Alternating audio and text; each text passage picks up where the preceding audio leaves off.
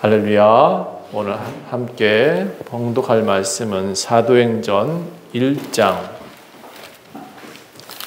6절부터 8절까지 말씀입니다. 사도행전 1장 6절부터 8절까지 모두 찾으셨으면 한 목소리로 봉독하겠습니다. 시작. 그들이 모였을 때 예수께 여쭈어 이르되 주께서 이스라엘 나라를 회복하심이 이때니까 하니 이르시되 때와 시기는 아버지께 자기의 권한에 두셨으니 너희가 알 바 아니요 오직 성령이 너희에게 임하시면 너희가 권능을 받고 예루살렘과 온 유대와 사마리아와 땅끝까지 이르러 내 증인이 되리라 하시니라. 아멘. 할렐루야. 오늘 제목은 성령으로입니다. 우리는 하나님을 믿죠? 네. 우리 하나님은 성부, 성자, 성령으로 우리는 인식합니다. 그런데 그분은 하나님이 한 분이시라 그러죠. 우리가 알고 있는 개념과 내용은 좀 다르죠. 우리는 한 사람 한 사람 또는 시간의 차로 인해서 어제와 오늘이라는 것이 있긴 하지만 하나님 나라에서는 모든 것이 하나로 이루어집니다. 오직 하나님의 시간대, 하나님의 모습, 그 모습이 우리들한테 나타났을 때의 모습이 각기 다르게 나타나셨다. 그래서 성부, 성자, 성령이라고 표현하는 것이지 그분은 우리에게 역사하시는 하나님이십니다. 지금도, 어제도, 오늘도, 내일도. 자, 그래서 오늘 제목은 성령으로라는 제목인데 하나님께서는 사람을 참 복잡하게 만드셨습니다. 네. 우리 입장에서 보면 좀 그렇다 이거죠. 한 사람도 평탄한 길을 걷게 하지 않으셨습니다. 모두 다 굽은 길을 걷게 하셨습니다. 여러분 한 번이라도 고속도로를 걸어본 적 있어요? 난 고속도로는 차 타고 다녀가지고 잘 모르겠네. 그렇죠? 우리 사람이 가는 곳은 언제나 파도가 있어요. 어부들은 그 파도를 헤치면서 살아갑니다. 그래도 고기를 잡고 돌아오는 그 만선의 기쁨은 그들을 웃게 만들지요. 고단해도 삶은 그렇게 사는 것이다 라고 생각하는 거예요. 그러면 당당해질 수 있는 거거든요. 그러면 더 행복할 수 있는 겁니다. 등산하러 가보셨나요? 우리 등산하러 갑시다. 예. 등산을 한번 해봐야겠는데 이 산을 가보면 산길이 굽이굽이 있잖아요. 그렇죠? 산길이 쫙 일자로 되어 있는 곳 봤어요? 난 못 봤어요. 한 번도. 가면 꼭 한 번 이렇게 휘청하고 와요. 나도 모르게 돌부에 걸려 넘어지기도 하고 그래요. 누구나 고속도로 사는 인생이 없다. 예, 그래서 좀 복잡하게 만든 것 같죠? 그런데 알고 보면 사람의 인생은 참 다양하게 되어져 있어요. 다양한 것이에요. 굽이굽이 있다고 생각하지만 사실은 다양한 사람들의 모습을 우리는 갖고 있어요. 영국의 시인 중에 한 분이 있는데 윌리엄 쿠퍼라는 사람이 있어요. 이 사람이 쓴 시가 더 데스크라는 제목으로 시를 하나 썼대요. 전문은 다 모르겠는데 이 사람이 이렇게 썼어요. 뭐라 그랬냐면 영어로 이렇게 돼 있어요. Variety is the spice of life. 다양성은 인생의 양념이다 라고 돼 있어요. 다양한 것이 인생의 양념이래요. 사람의 존재가 다양하다는 거예요. 또 사람의 삶 자체가 다양성이 있다는 거예요. 이 다양함을 인정하는 사람이 잘 살아갈 수 있어요. 옆에 사람 보세요. 어떤 사람 뚱뚱하죠. 어떤 사람 날씬하죠. 어떤 사람 얼굴이 나고 다르잖아요. 그렇죠? 아기자기하죠. 나만 아기자기하구나. 제가 보니까 다 미인이야. 그렇죠? 다 잘생겼어요. 왜 그렇게 보여지느냐? 사람은 아기자기하게 생겼단 말이에요. 다양하게 생겼다고요. 그래서 사람이라고 표현하는 거예요. 제가 하나님이 계시다는 증거 하나를 가르쳐 드리면 내가 애를 낳았는데 그 애가 나하고 똑같이 안 생겼다는 거예요. 하나님이 원하시는 얼굴로 그를 보내주셨다. 그게 다양성이란 거예요. 그러니까 그것을 인정할 때 내 아이, 내 소유가 아니라 하나님의 자녀로 인정할 수 있는 겁니다. 사람은 다 비슷하게 생겼지만 좀 복잡하게 살고 있지만 각자의 개성이 있다. 그 개성을 인정해 줄 때 우리는 정상이다라고 말하는 거예요. 정상은 나만 내가 지시한 것 그대로 따라하는 것, 그게 정상이 아니에요. 공산주의가 실패할 수밖에 없는 것은 획일적인 구조가 절대로 이루어질 수 없다는 거거든요. 자, 이 공통점이 하나 있어요. 근데 사람한테는 다양함에도 불구하고 공통점이 뭐냐? 다 코로 호흡한다는 거예요. 숨을 쉬고 있다는 거예요. 하나님께서 사람을 만드셨을 때 당신의 형상대로 만드시고 코에다가 생기를 불어넣으셨다라고 되어져 있어요. 그리고 그 생기를 불어넣자마자 사람은 어떤 존재가 됐느냐? 살아서 숨을 쉬는 존재가 되었다라고 표현해야 돼요. 사람만 숨을 쉴까요? 네, 동물도 숨을 쉬죠. 그렇죠? 동물도, 그래서 사람도 모두 다 창세기에 생령이 되었다라는 뜻이 뭐냐면 네피시 하야라고 표기를 해요. 이게 무슨 얘기냐면 히브리어로 혼적인 존재가 되었다라는 거예요. 창세기의 생령이라는 단어는 숨쉬는 존재다라는 형태예요. 그러니까 이것을 영적인 존재로 해석하면 안 된다는 거예요. 근데 많은 사람들이 이 생령을 가지고 구약, 지금 오늘 말씀드리려고 하는 성령과 함께 연결시켜서 하나님의 영으로 해석하는 거예요. 잘못된 거예요. 그렇다 그러면 동물들도 하나님의 영이 있다라고 해석을 해야 되니까 잘못된 거예요. 영어도 좀 다르고 원래 이 히브리어도 다른데 많은 이단들이 이걸 같이 연결시켜서 표현을 해요. 하나님의 영, 그것을 잘못 알고 생령, 이것도 같은 영으로, 살아있는 영으로 표현하고 있어요. 하나님의 영은 아니에요. 우린 다 혼적인 존재가 되었다, 숨쉬는 존재가 되었다라는 것이 네피시 하야라는 뜻이에요. 자, 제가 왜 이 말씀을 먼저 드리냐면 오늘 사도행전에서 말하고 있는 주제가 성령이란 말이에요. 이 성령에 대해서 정확히 알아야 돼요. 이 성령은 누구냐? 하나님의 영이에요. 이것은 네피시 하야가 아니에요. 혼적 존재를 얘기하는 게 아니에요. 성령은 푸뉴마라고 헬라어로 표현해요. 이것은 푸뉴마, 좀 더 하우 푸뉴마 이렇게 표현하는데 어쨌든 단일적인 하나님의 영 이렇게 표현해요. 좀 이게 복잡하죠? 제가 여러 가지 생각을 많이 했는데 좀 쉽게 하려고 표현을 많이 가지고 있지만 다른 말로 표현할 수 없어요. 이것은 다른 말로 표현하면 한글로 표현하자면 그냥 호흡이다, 바람이다 이렇게 표현할 수도 있어요. 그분의 영을 어떻게 표현하느냐? 그냥 바람과 같은 분이다 라고 표현할 수밖에 없어요. 오늘 본문은 이게 사도행전이 시작이 아니에요. 그 시작은 사실은 누가복음의 마지막 장에도 있고 마태복음에 있는 마지막 장과 연결이 돼요. 그래서 마태복음의 28장 19절에는 이렇게 표현해요. 너희가 가서 모든 민족을 제자로 삼아서 아버지와 아들과 성령의 이름으로 세례를 주고 베풀고 내가 너에게 분부한 모든 것을 가르쳐 지키게 하라.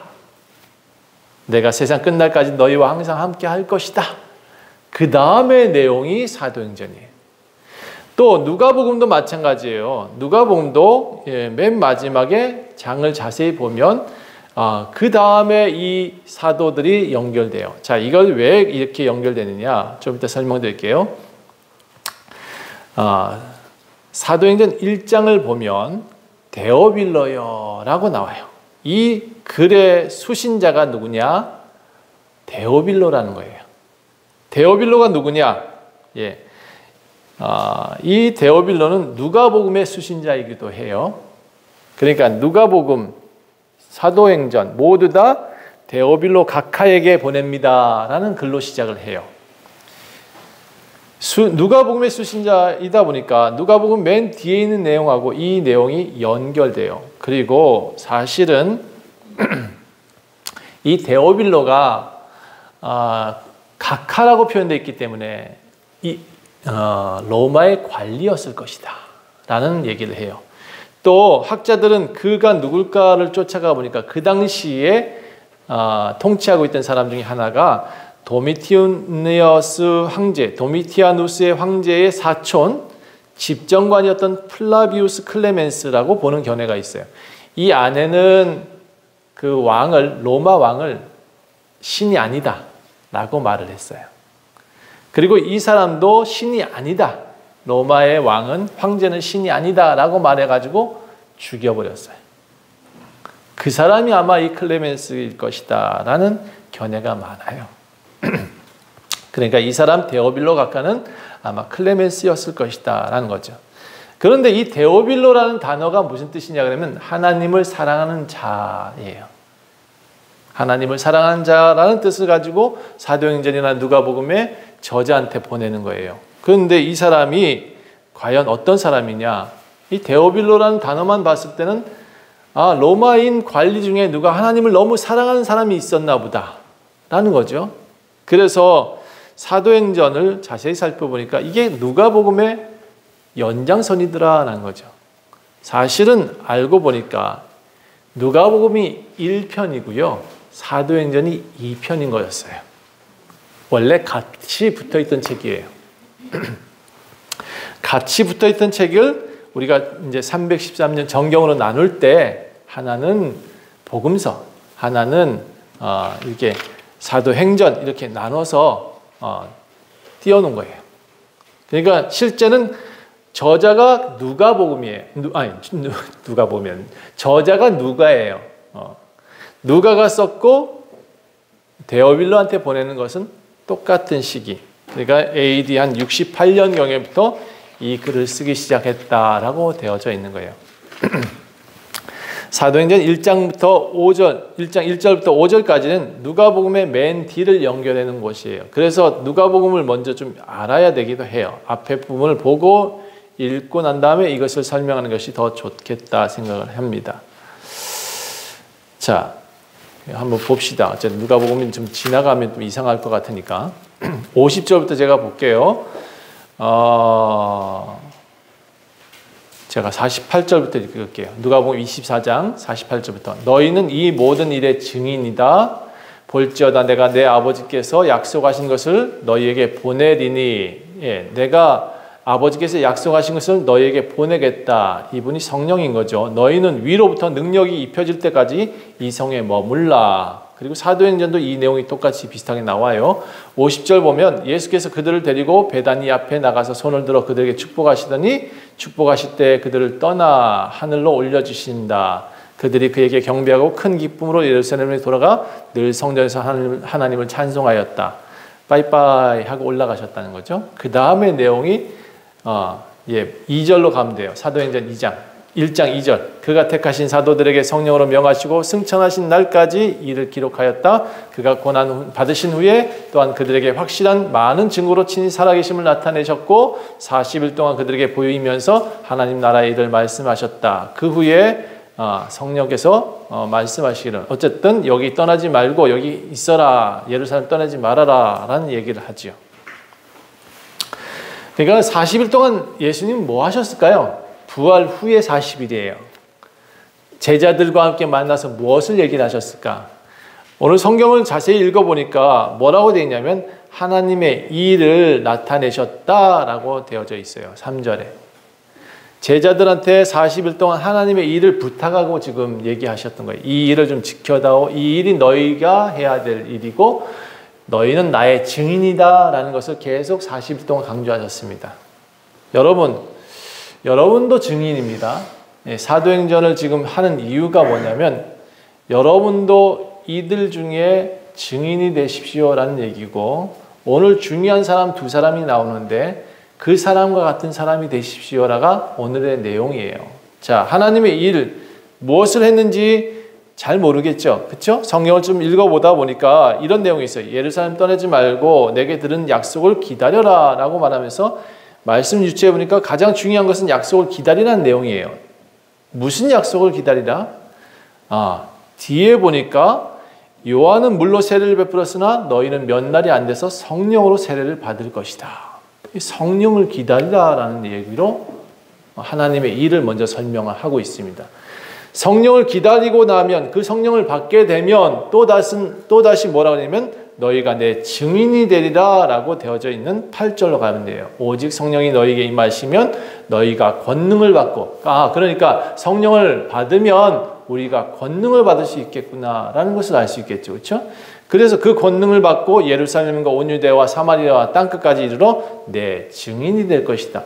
하나님의 일이 두 번째가 뭐냐 그러면 증인이 되는 것이다 라고 되어져 있어요. 근데 사실은 여러분은 지금 제가 정확하게 설명해서 하나님의 일이 뭐다라고 가르쳐 드렸지만 이 제자들은 그때까지만 해도 하나님의 일이 뭔지 몰라요. 왜? 닥쳐진 사건이 아니기 때문에. 그렇죠? 그러니까 저는 여러분한테 닥쳐진 사건을 설명하다 보니까 금방 이해가 되지만 이 제자들은 닥쳐진 사건이 아니기 때문에 잘 모르겠어. 그런데 여기 이렇게 표현해요. 제자들은 엉뚱하게도 예수님, 이스라엘의 나라를 회복하심이 이때입니까? 라고 물어봐요. 예수님이 곧 오신다 그랬으니까 그 하나님의 일을 설명하고 있는데 너희는 성령을 받고 증인이 되라 이것이 하나님의 일인데 이 제자들이 생각할 때는 그렇게 능력을 받으면 우리가 나가서 봉기해서 이스라엘이 다시 로마를 이겨서 이스라엘 나라가 회복됩니까? 라고 물어봤어요. 이건 뭐 좀 헬라어로 좀 설명하면 되게 더 디테일해지긴 하지만 좀 넘어가기로 하고 오직 성령이 너희에게 임하면 너희가 권능을 받게 된다. 이것이 지금 너희가 해야 될 일이라는 거예요. 엉뚱한 질문을 했지만 하나님 다시 예수님은 분명히 말씀하세요. 증인이 되라. 너희가 이 땅이 어떻게 되든지 상관하지 말고 증인이 되라. 내 증인이 되는 것이 중요한 것이다 라는 거예요. 여러분 사실은 여러분한테도 중요한 것이 뭘까요? 저는 살면서 참 여러 가지 살면서 여러 가지 일들을 당했는데 그러다 보니까 저도 세파에 많이 휘둘려 살아요. 그러니까 세상에 많이 영향을 받아요. 그래서는 안 된다라는 게 오늘 또 생각해야 될 말씀인 것 같아요. 누가 그러더라고요. 돈이 없지 가오가 없냐고. 우리 어쨌든 힘내서 사십시다. 자, 이 말씀을 하신 후에 예수님은 안녕 하고 하늘로 가버리셨어요. 그런데 제자들이 하신 말씀 이 귀에도 잘 안 들어요. 지금 살기도 바쁘고 지금 기다리려고 했는데 예루살렘 상황이 지금 복잡하거든요. 예루살렘 지금 나가면 언제 죽을지 모르겠어요. 로마 백성들이 지금 다 쫓아와가지고 예수님 죽였듯이 이 제자들도 다 죽이려고 하는 상황이기 때문에 숨어 있었어요. 성령으로 세례를 받으라 했는데 도대체 이게 알 길이 없네. 뭐가 어떻게 해야 성령으로 세례를 받는지도 모르겠어요.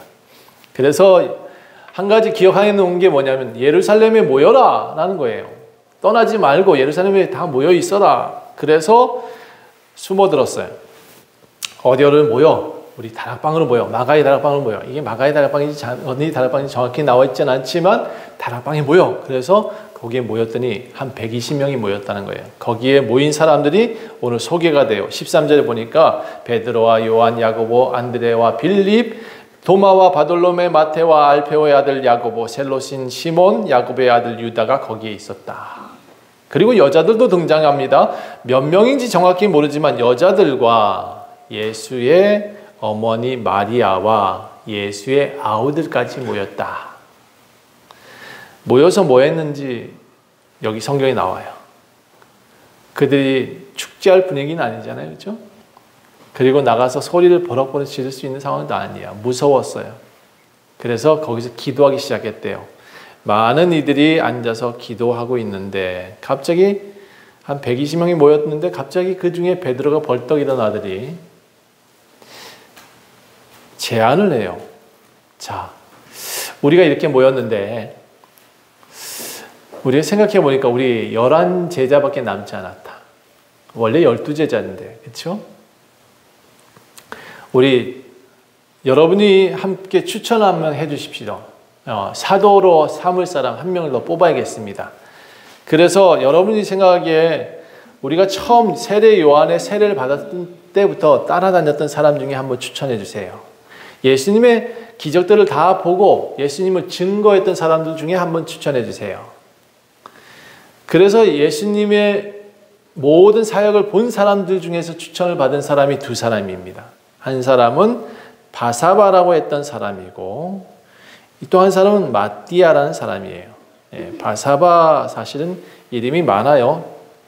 이 사람 이름이 여러 가지로 이름이 나오는데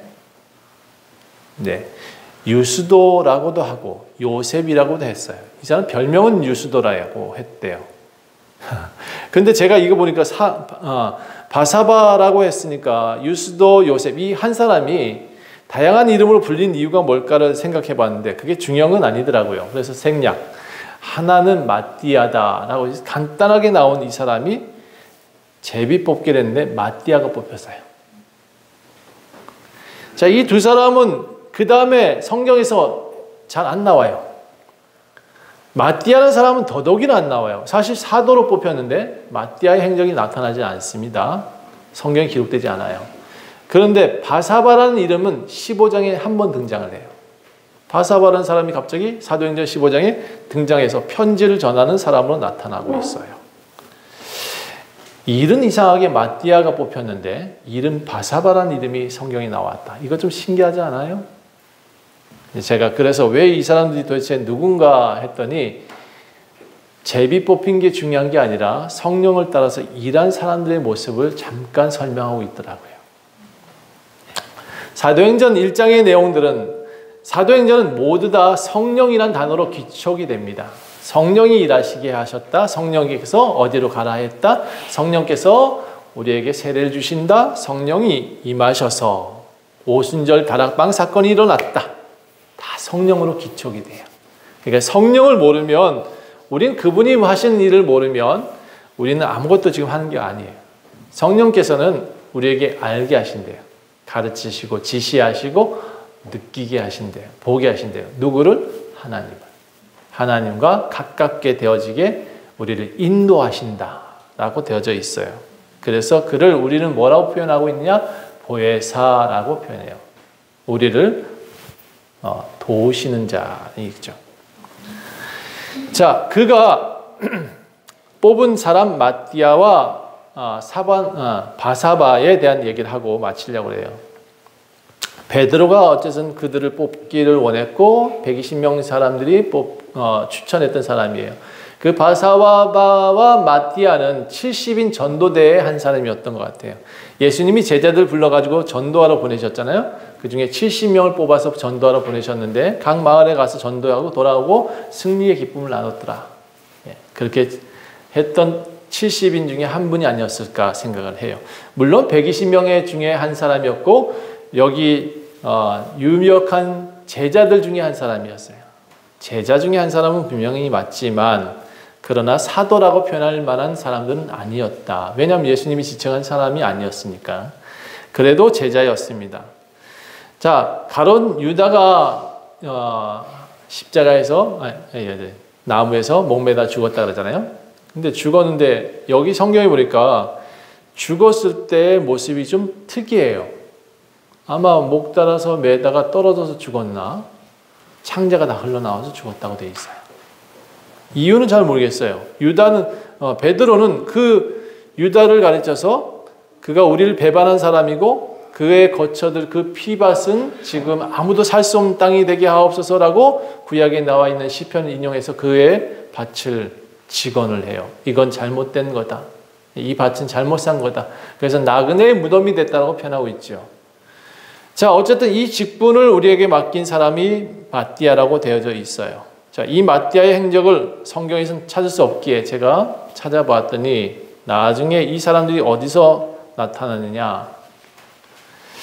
여러분, 이 마띠아가요, 그냥 사도로 산 게 아니더라고요. 성경에 기록만 안 돼 있을 뿐이지 그도 순교한 사람이었어요. 순교한 사람이었어요. 바사바는 잠깐 등장하지만 나중에 이 최근에 바사바의 무덤이 발견됐다 그래요. 바사바의 무덤에는 뭐라고 쓰여져 있냐면 예수님께로 라고 되어져 있어요. 예수님에게로. 자, 120명 중에 추천해서 천거된 바사바와 유스도, 이 사람들의 행적을 좀 설명해 보겠습니다. 자, 이 두 사람은요, 어쨌든 처음부터 예수님과 함께 따라다녔던 사람이었지만 정확하게 이 사람들의 행적을 찾을 수가 없기에 다른 내용들을 찾아보니까 전해져 오는 내용 중에서 이 사람 마띠아는 하나님의 선물이라는 이름을 가졌더라 라고 되어져 있고, 지금의 에디오피아 지역으로 가서 전도했다는 거예요. 악숨이라는 지역으로 가서, 그 당시에 지명은 악숨이에요. 지금은 에디오피아. 거기 가서 선교하다가 도끼로 찍어져 죽었어. 그래서 그 사람의 그림을 어디서 찾았는데 도끼를 들고 있는 그림이 있어요. 도끼로 찍혀서 순교한 사람이다. 바사바도 15장 22절 사도행전에 나타나긴 하는데 이 동일 인물인지는 잘 모르겠어요. 이 사람의 별명이 좀 달라. 유스도라고 했는데 거기는 유다라고 표현되어 있으니까 좀 이렇게 같은 사람인지 아닌지 잘 모르겠지만 아무튼 바사바가 등장을 해요. 이 바사바는 최근에 무덤을 하나 발견했는데 거기에 뭐라고 되어 있냐면 헬라어로 To Jesus Lord라는, 영어로 번역했지만 To Jesus Lord, 주 예수께로라는 단어가 나와요. 그러니까 그의 삶 자체가 예수의 삶이었던 거죠. 예수께로 가고자 하는 삶이었어요. 사도로 뽑혀서 마띠아도 순교했고 바사바도 평생을 주님을 위해서 헌신했다는 것을 알 수가 있게 하는 단어들이에요. 제가 왜 이 얘기를 하느냐, 오늘 성령에 이끌려서 살아온 사람, 이 사람은 제비 뽑혔든지 안 뽑혔든지 바사바라는 사람이 더 여러분과 같다라는 생각이 들었기 때문에 그래요. 이들은 성령의 은혜를 따라서 살아간 사람이에요. 제비 뽑힌 거 중요하지 않다고. 다시 표현할까요? 목사로 태어난 건, 아니 목사로 태어난 적이 없지. 목사가 된 거 중요한 거 아니라는 거. 장로, 권사가 된 게 중요한 게 아니에요. 뭐가 중요하냐? 은혜를 따라가는 사람이 중요하다는 거예요. 성령을 따라가는 사람이 중요하다는 거예요. 저는 이분들이 마치 우리 교회에 있는 성도들과 같다. 우리 형제들과 같다라고 생각이 되어졌어요. 마띠아, 크게 활력된 것이 나타나지 않았지만 그래도 그만의 사도행전을 쓰지 않았을까요? 바사바, 그가 유명한 사람은 아니었지만 단순히 편지 배달부로 한 번 나오지만 그가 더 하나님께로 살았다라는 그 무덤의 묘비명을 보면 평생 하나님께로 살면 주님께로 나아가고자 살지 않았을까요? 전 이 두 사람을 오늘 성령의 사람이라고 표현하고 싶습니다. 따라합시다. 나는 성령의 사람이 되겠습니다. 마띠아, 바사바 같은 삶을 사시기를 부탁합니다. 예수님을 사랑하는 사람들, 그의 행적을 보고 그의 모습을 보고 그를 향해서 그의 기적을 보고 살았던 사람들, 나도 그렇게 살리라고 마음먹었던 바사바, 마띠아, 여러분이 바사바와 마띠아가 되시길 축원합니다. 누가 보든 안 보든 일하십시오. 주의 뜻을 따라가십시오. 누가 성경에 기록되든 안 되었든 그 상관하지 않아도 되잖아요. 그렇죠? 근데 사도행전이 원하는 건 뭐냐면 1장에서부터 말하기를 바사바와 마띠아 같은 삶을 살아라. 그게 성령을 따라가는 삶이다. 그게 사도행전 마지막 장을 여러분이 쓸 수 있다는 거예요. 그것을 지금 말하고 있어요. 성령을 따라가면 사도행전의 마지막 장을 기록할 수가 있다.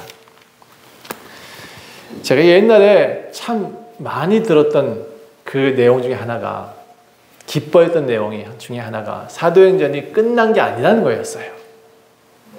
나로 인해서 새로운 사도행전이 쓰여질 수 있다는 내용을 들었었어요. 나도 제자가 돼서 하나님의 일을 할 수 있다라는 말이었어요.